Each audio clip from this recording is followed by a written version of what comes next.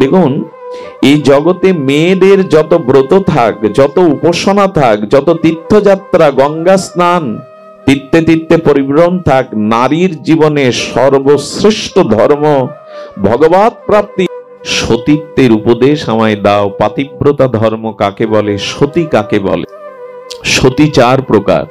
আশ্চর্য হতে হয়, আমরা সেই সনাতন ধর্মে জন্মেছি যেখানে বেহলার মতো সতী মৃত স্বামীকে নিয়ে ভেলায় ভেসেছে, তার হাড়গুলোকে আঁচলে নিয়ে ভরসা করেছে আমার সতীত্বের দ্বারা তার জীবন আমি আবার ফিরিয়ে আনব। আমরা সেই সনাতনে জন্মেছি যেখানে সাবিত্রীর মতো সতী জমের দুয়ার থেকে মৃত স্বামীকে জীবন দিয়ে ফিরিয়ে আনে। আমার মনে পড়ে, ব্রতা ধর্ম নারীর সর্বশ্রেষ্ঠ ধর্ম। সতীত্বই হলো নারীর জীবনের সর্বশ্রেষ্ঠ ধর্ম। তার দৃষ্টান্ত আমি আপনাদের একটু জানাচ্ছি, যদি মন দিয়ে শোনেন। আমাদের ঋষিদের মধ্যে অন্যতম ছিলেন ঋষি অত্রি। এই অত্রি ঋষির স্ত্রী সহধর্মিনী, ইনি হলেন দেবী অনুসূয়া। দেবী অনুসূয়া অন্যতম শ্রেষ্ঠ এই ধরিত্রীর মহাসতী। শুধু সতী বললে ভুল হবে, মহাসতী। দেখুন, মানুষ এই যে গঙ্গা স্নান করতে যায়, গঙ্গা স্নানে পতিত পাবনী গঙ্গা, সদ্য পাতক নাশিনী গঙ্গা, হরির চরণশ্চ্যুতা গঙ্গা আমাদের পাপ নেয়। যদি গঙ্গার প্রতি শ্রদ্ধা থাকে, গঙ্গার প্রতি যদি আমাদের নিষ্ঠা শ্রদ্ধা থাকে, বিশ্বাস থাকে, তবু গঙ্গায় স্নান করলে পাপ দূর হয়, এটা সত্য। কিন্তু এই যে কলিহত জীব, আমরা মার গঙ্গার বুকে আমাদের পাপগুলো ধুয়ে রেখে আসলাম, এই পাপগুলো যে গঙ্গায় থেকে গেল, গঙ্গাই পাপগুলোকে কি করে শোধন করবে? গঙ্গা বলছেন, আমাদের যে পাপ রেখে যায় জীব, এই পাপ আমি কি করে শোধন করব? গঙ্গা দেবী তখন এই পাপ শোধনের জন্য গেলেন কোথায় জানেন? মাতা পার্বতী, জগৎ মাতা লক্ষ্মী কমলা দেবী এবং ব্রহ্মার ঘরণী দেবী সরস্বতী, 3 জনকে একত্রিত করে বললেন, মা, আমার বুকে কলির জীব যে পাপ রেখে এসছে, এই পাপকে আমি কি করে, এই মলিনতাকে কি করে আমি শুদ্ধ হব, উপায় বলে দাও। তো মাতা পার্বতী, মাতা লক্ষ্মী এবং মাতা সরস্বতী যখন তাকে কি করে পবিত্র হবে এই জ্ঞান দিতে যাবে, উপদেশ দিতে যাবে, সেই মধ্যে দেবর্ষিপাদ নারদ মাধব মাধব নারায়ণ বলে উপস্থিত। বলেন, মা, তুমি তো ধরিত্রীতে বহমান, তো তুমি ওই স্বর্গে বৈকুণ্ঠে কেন এসছো, কৈলাসে কেন এসছো?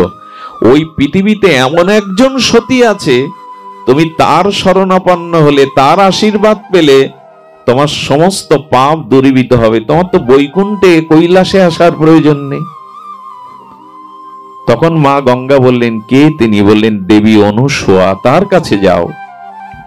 একটা অনুরোধ করি, কোন রমণী বা কোন মায়েদের সামনে অন্য কোন মায়ের প্রশংসা করবেন না। কোন নারীর সামনে অন্য কোন নারীর যদি প্রশংসা করেন, সহজে মায়েরা মেনে নিতে পারে না। মায়েদের একটা দুর্বলতা আছে। তো যখন যখন সরস্বতী, পার্বতী, লক্ষ্মী এই কথা শুনলো, তাদের অভিমানে কিছুটা আঘাত লাগলো। কি, আমরা সতী শিরোমণি, আমাদের থেকে কিনা নারদ পাঠিয়ে দিচ্ছে জগতের কোন অনুসূয়া সতীর কাছে, সে আমাদের থেকে মহাসতী। ওই যে মায়েদের সামনে অন্য মায়েদের একটু প্রশংসা করলে তো খারাপ লাগবে। তো ওরা কুপিত হয়ে গেল। কুপিত হওয়ার জন্য তখন তারা কি করেছে জানেন? ওই অত্রি ঋষির আশ্রমের পাশে যেসব সরোবর ছিল, জলাশয় ছিল, ঋষিমুনি যেখান থেকে জল নিতেন, ওগুলো শুকিয়ে দিল। লক্ষ্মী দেবী, পার্বতী দেবী, সরস্বতী দেবী মিলে জল ওখান থেকে তুলে নিল। এখন অত্রি ঋষি সমাধিস্থ, ধ্যানস্থ, একটু যখন বাইরের ধ্যান থেকে ভগ্ন হলো, বলছে জল নিয়ে আসো। কোমণ্ডলটা এগিয়ে দিলে দেবী অনুসূয়া একবারও বললেন না যে গৃহে বা আশেপাশে জল। এই দেখুন, স্বামীর কোনো কথা প্রথমত কোনো স্ত্রী লঙ্ঘন বা তর্ক করতে চায় না।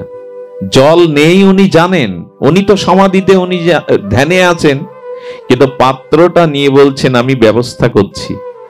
না বলবে না, না বলবে না তারা। দেখবেন সংসারে নারীদের উচিত হলো যতক্ষণ যতটুকু সামর্থ্য আছে, না কথাটা সামর্থ্য যতটুকু আছে। আমি একবার ভিজতে ভিজতে এক জায়গায় পাঠে গিয়ে আমি পুরোটাই ভিজে গেছে, তারা অত্যন্ত দরিদ্র। আমি চেয়ে বসছি, মা তোমার ঘরে কোনো ধুতি আছে? হঠাৎ চিন্তা করেই বললেন, বাবা আছে, আমি এনে দিচ্ছি। যেটা এনে দিল সেটা ধুতি না, মায়েদের সাদা পেড়ে একটা শাড়ি। কিন্তু বললেন না যে আমার ঘরে বস্ত্র। আমি ভিজে দেখছে সেই শ্বেত বস্ত্র পরেই পাঠ করলাম। চিন্তা করলাম ইনি সাধারণ নয়, না দূরদৃষ্টি অনেক। সব কথাতেই না বলা, তর্ক সৃষ্টি করা, এটা জীবনকে বিষময় করে তোলে। উনি জল নিয়ে তখন গঙ্গাকে স্মরণ করছে, মা পতিদেবতা জল চেয়েছে, একটা করুণা করো, উপায় করো। আর গঙ্গাও তো আসছিলেন ওই সময় দেবী অনুসূয়ার দর্শনের জন্য। যেই গঙ্গাকে দেখেছে, বলে মা আমি তো আপনার কাছে আসছি। গঙ্গাকে পেয়ে বুকে জড়িয়ে ধরে বলছে, মা জল নাই, কেন জানি না এখান থেকে জল তত্ত্বই এখান থেকে উঠে গেছে, জল নাই। বললেন, মা সামনে ঝর্ণা আছে, আমি ওদিকে দৃষ্টিপাত করছি, ওইখান থেকেই ঝরো ঝরো জল পড়বে, জলটা নিয়ে মণিকে দিন। দেখুন, সৎ কোনো উদ্দেশ্যে যদি আপনি পথে বেরোন, উপায় একটা হবেই হবে। আগের থেকেই যদি না বলে দেন, আগের থেকেই যদি না বলে দেন, চেষ্টা কিছু, পথে তো বেরোন, পথে বের হন। অনেকের মনে ইচ্ছা করে আমি একটা ভাগবত অনুষ্ঠান দেব, ধর্মীয় অনুষ্ঠান দেব, কিন্তু আমার অর্থ নেই। একবার পথে বেরোন, একবার সৎ সংকল্প নিয়ে সংকল্প করুন। কোন মহৎ কাজ কখনো বেঁধে থাকবে না, কোনো না কোনো উপায় দৈব থেকে কৃপা হতে আপনার কাছে আসবেই। গঙ্গা বাড়ি দিলেন, আর শ্রী গঙ্গা দেবী, দেবী অনুসূয়ার কাছে তিনি কিছুক্ষণ বসে যখন তাদের মধ্যে আলোচনা হলো, আর এই সতীর দর্শনে, সতীর স্পর্শনে, আর দেবীরূপী গঙ্গার ভেতর থেকে কলিযুগের যে জীব আমরা পাপ রেখে আসি, সেটি এই সতীর দর্শনে, সতীর স্পর্শনে গঙ্গা রেখে যাওয়া আমাদের পাপ মলিনতা দূরীভূত হয়ে গেল। গঙ্গা ধন্য ধন্য করে মাকে প্রণাম করে চলে গেলেন, কিন্তু পিছনে ছাড়ল না। দেখুন, মায়েদের মধ্যে নারী জাতি আর এক নারী জাতির প্রতি প্রতিহিংসা পরায়ণ খুব বেশি হয়, প্রতিহিংসাটা ওখানে খুব বেশি হয়। সরস্বতী এবং পার্বতী এবং লক্ষ্মী দেবীর মাথার ঠিক নেই, সতীত্বর উপাধি জগতের একজন নিয়ে নেবে আমরা থাকতে। আমরা পরীক্ষা করবো, এমনি এমনি ছাড়বো না। আরে জল তো পেয়ে গেল গঙ্গার, এবার পরীক্ষা কি করবে জানেন? ভোলানাথকে ডেকেছেন পার্বতী, লক্ষ্মী দেবী নারায়ণকে ডেকেছেন, সরস্বতী ব্রহ্মাকে ডেকেছেন, যাও আমরা সতী থাকতেই জগতের একজন মহাসতীর উপাধি পাবে, এ আমরা সহ্য করতে পারছি না। তবে যদি সত্যিই মহাসতী হয়, ওকে পরীক্ষা দিতে হবে, যাও। কাকে কাকে পাঠাচ্ছেন? ভগবান শঙ্করকে, ব্রহ্মাকে এবং বিষ্ণুকে। আপনারা পরীক্ষা করে আসুন সে মহাসতী কি করে হয়। তিনজন বিবস্ত্র হয়ে, ব্রহ্মা, ভগবান বিষ্ণু এবং ভগবান শঙ্কর বিবস্ত্র হয়ে তারা এসে বলছে, ভিক্ষাং দেহি। অত্রি ঋষি তখন তপস্যায় বসেছে অনতি দূরে জঙ্গলের মধ্যে, আর মাতা অনুসূয়া, দেবী অনুসূয়া ঘরে একা। যখন ভিক্ষাং দেহি বলেছে, তাদের ভিক্ষা দেওয়ার জন্য উপস্থিত হয়েছে, তখন বলছেন যে দেখো, আমরা শুদ্ধ পবিত্র, দেহাবেশ আমাদের নাই, আমরা আমাদের দেহাবেশ নাই, তো আমরা শুদ্ধ পরমাংশ, আমাদেরও ভিক্ষা দিতে গেলে, সেবা দিতে গেলে তোমাকেও শুদ্ধতার পরিচয় দিতে হবে, দেহে কোনো বসন রাখলে হবে না। কত বড় পরীক্ষা বলুন তো। ঘরে গিয়ে স্বামীকে স্মরণ করছেন, উপায় বলুন, কৃপা করুন, শক্তি সঞ্চারিত করুন, আমাকে সুবুদ্ধি দিন। তখনই দেবী অনুসূয়া বলছে, হ্যাঁ, আমি যদি প্রকৃত পতিপরায়ণা সতীসাধ্যী হই, পতিব্রতা ধর্ম পালন করি, তবে এই মুহূর্তে এই সম্মুখের তিনজন সন্ন্যাসী দুগ্ধপোষ্য শিশু রূপ নিয়ে নিক, দুগ্ধপোষ্য শিশুদের রূপান্তরিত হোক। এ গল্প নয়, এ উপন্যাস নয়, সতীর এই মহাবাক্যে ব্রহ্মা, বিষ্ণু এবং ভগবান শঙ্কর দুগ্ধপোষ্য শিশুতে রূপান্তরিত হয়ে গেলেন। আচ্ছা, দুগ্ধপোষ্য ভূমিষ্ঠজাত শিশুকে কোলে নিতে মায়ের বুকে বস্ত্র লাগে? সন্তানকে কোলে নিতে মায়ের দেহাবেশের অভিমান থাকে? ওদেরকে বুকের স্তন পান করালেন, সেবা দিয়ে দীর্ঘ 6 মাস দোলনা করে খেলা আনন্দ দিয়ে তাদের প্রতিপালন করতে লাগলো। ওই 6 মাস প্রতিপালন করতে গিয়ে কি মাথায় হাত উঠল বৈকুণ্ঠেশ্বরী লক্ষ্মীর, ব্রহ্মণীর এবং পার্বতীর, বলে ফিরে তো এলো না পরীক্ষা করতে গিয়ে। নারদ বলছে কোনোদিনে ফিরবে না, উনি তো যত নষ্টের ঘোড়া। লীলাগুলো বলেন, মা কোনোদিন আর তোমাদের স্বামীকে তোমরা, বলে কেন? বলে যার পরীক্ষা করতে পাঠিয়েছো পালে সে যদি করুণা করে পেতে পারো, নাহলে এ জীবনে আর পাবে না, চলে যাও। 3 জন রমণী বেশ ধরে, কন্যার বেশ ধরে এসে মাকে প্রণাম করেছে। বললেন, মা 6 মাস আগে 3 জন তোমার দুয়ারে পরীক্ষার জন্য এসেছিল, আমাদেরই পতি তারা। তারা কোথায়? বলো, ও তাদের দেখতে এসেছো মেয়ে? ওই দেখো দোলনায় শোয়ানো রয়েছে, যাও। গিয়ে দেখছে যে 3 জন শিশুরূপে সতীর মহিমা দেখুন। 3 জন দোলনায় শায়িত। চেয়ে চেয়ে বলছে, তোমরা তো সর্বশক্তিমান, তোমরা তো ঈশ্বর, নিজেদের রূপ বদলাতে পারছো না। বলেন, সতীর আজ্ঞার বাইরে ভগবান হলেও আমাদের যাওয়ার শক্তি নাই। সতীকে কি রূপে দেখেছে আমাদের শাস্ত্রগণ দেখুন, তার আজ্ঞার বাইরে যাওয়ার আমাদের সাধ্য নাই। শাস্ত্রে এমনও বলা আছে, যেখানে একজন সতী বাস করে না, ওখানে অনাবৃষ্টি, ফসল হানি, দুর্ভিক্ষ আসে না। যে মাটিতে একজন সতী দাঁড়িয়ে থাকে, ঈশ্বর ওই মাটিটাকেও ধ্বংস করতে চান না, করেন না। এত মহিমা এই সতীত্বের। তো সেখানে কি ঘটেছে, যখন বলছে না তোমরা ওনাদের চরণে নিবেদন করো, লক্ষ্মী এবং আমাদের সরস্বতী মাতা পার্বতী স্বরূপে প্রকাশ হয়ে মায়ের চরণে পড়ে কাঁদছে, বলছেন, মা ওরা আমাদের প্রতিদেবতা, ফিরিয়ে দাও আমাদের কোলে। মা এসেছিল তোমাকে পরীক্ষা করতে, আমরা এই পরীক্ষার জন্য পাঠিয়েছিলাম, কিন্তু মা দেখলাম সত্যিই তুমি মহাসতী, জগৎ পূজিতা, ফিরিয়ে দাও। তো সেই স্বামীদেরকে উনি আবার ওনার প্রতিজ্ঞা তুলে নিয়ে ব্রহ্মা রূপে, বিষ্ণু রূপে, ভগবান শঙ্কর রূপে ফিরিয়ে দিলেন। যখন চলে যাচ্ছে তখন বলছে, দাঁড়াও ভগবান, আমি যে 6 মাস তোমাদের পালন করলাম, মায়ের স্নেহ জানালাম, এখানে বনে ঋষিরা জানলো আমার 3 সন্তান তোমরা, এখন তোমরা বিদায় নিলে আমি ওদের কি জবাব দেব? তারা কোথায় গেল? উপায় তো একটা করবে। তখনই প্রসন্ন হয়ে এই সতীর কোলে ভগবান নিজে সন্তান হওয়ার জন্য বললেন, মা। শঙ্কর বললেন, আমার অংশ থেকে তোমার গর্ভে জন্মাবে দুর্বাসা ঋষি। ভগবান বিষ্ণু বললেন, আমার অংশ থেকে তোমার গর্ভে আসবে ভগবান দত্তাত্রেয়। এবং ব্রহ্মার আশীর্বাদে আর এক ঋষি রূপেই 3 সন্তান দেবী অনুসূয়া পেয়েছিলেন। আশ্চর্য হতে হয়। এই জন্য যে গৃহে একজন সতী সাধ্বী, স্বামী পরায়ণা, স্বামী দুঃখে দুঃখী, স্বামী সুখে সুখী, স্বামী ছাড়া অন্য কোনো পুরুষের কল্পনাও যে মনে আনে না, এ জাতীয় সতী যেখানে আছে, সেখানে দেবদেবীও সেই দুয়ারে গিয়ে আশীর্বাদ করে আসে, দেবদেবীরও স্থান সেখানে হয়।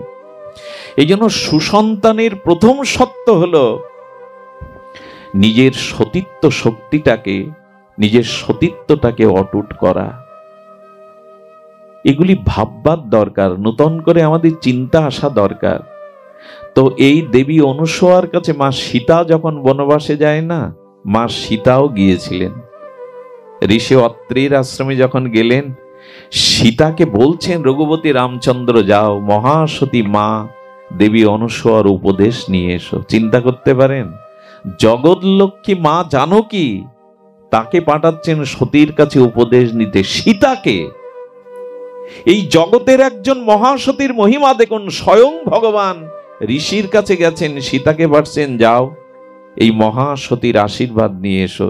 সীতা গিয়ে প্রণাম করলেন, জড়িয়ে ধরলেন দেবী অনুসূয়া, বাছারে স্বামীর জন্য বনবাসে এসেছি, এর থেকে বড় ধর্ম আর কি হতে পারে?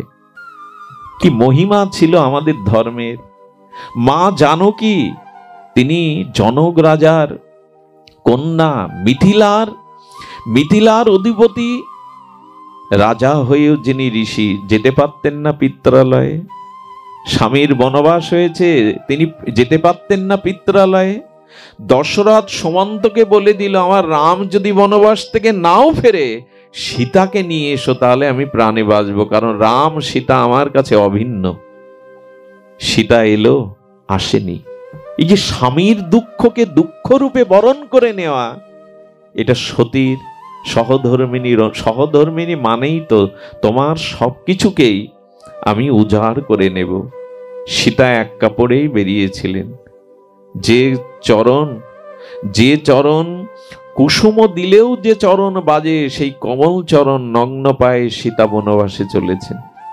নিয়ে গিয়েছিল এক কাপড়ে। সন্ন্যাসী হতে গেলে, বৈরাগ্য নিতে গেলে কাপড় দুটো নেয়নি।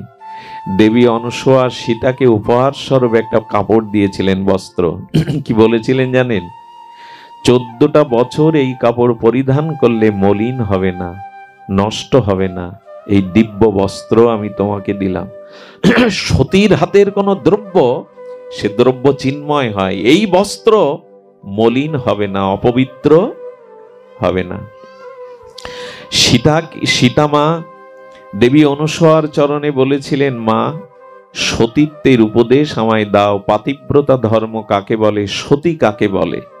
খুব ধ্যান দিয়ে শুনুন, বিশেষ করে মায়েদের অনুরোধ করছি করজোরে শুনতে।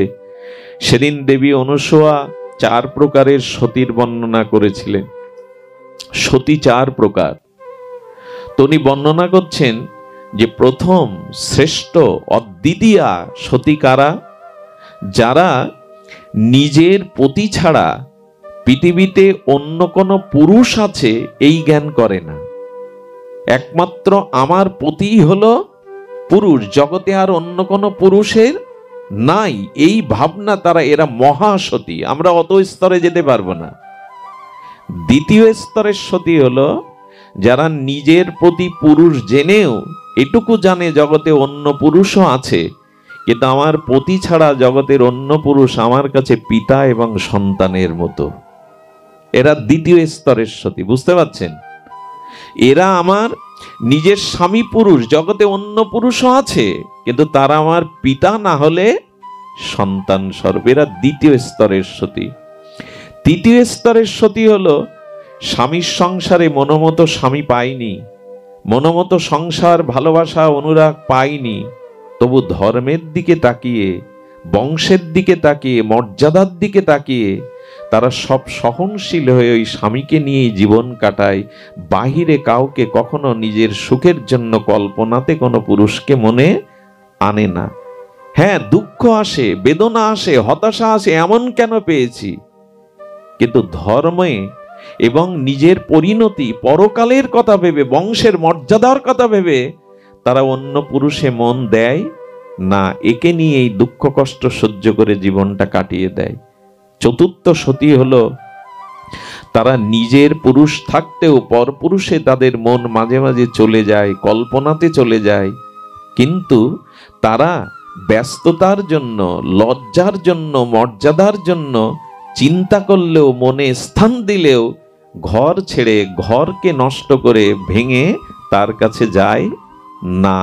চিন্তা আসতে পারে, কিন্তু বাস্তবে নিজের সংসার জ্বালিয়ে তারা চলে যায় না। এরা চতুর্থ বলেন। এই 4 প্রকার সতী যেখানেই ভগবানের সমস্ত আশীর্বাদ কল্যাণ সেখানে, এবং এই সতীর গর্ভেই জগতে আসে মহাপুরুষগণ, অবতারগণ এবং শ্রেষ্ঠ আদর্শবান ধার্মিক সন্তানগণ। আমি অনুরোধ করব সংসারগুলো দাও দাও করে জ্বলছে এখন। স্বামী স্ত্রীর সম্পর্কটা আমাদের সনাতন বৈদিক ধর্মে কোনো চুক্তি নয়, খাতা কলমে কোডে কোনো রেজিস্ট্রেটেড বিষয় নয়। ব্রাহ্মণকে, অগ্নিকে, দেবতাকে সাক্ষী রেখে বৈদিক মন্ত্রের উচ্চারণের দ্বারা আমরা যাকে গ্রহণ করি, এই গ্রহণটা জন্ম জন্মান্তরের। একটা জিনিস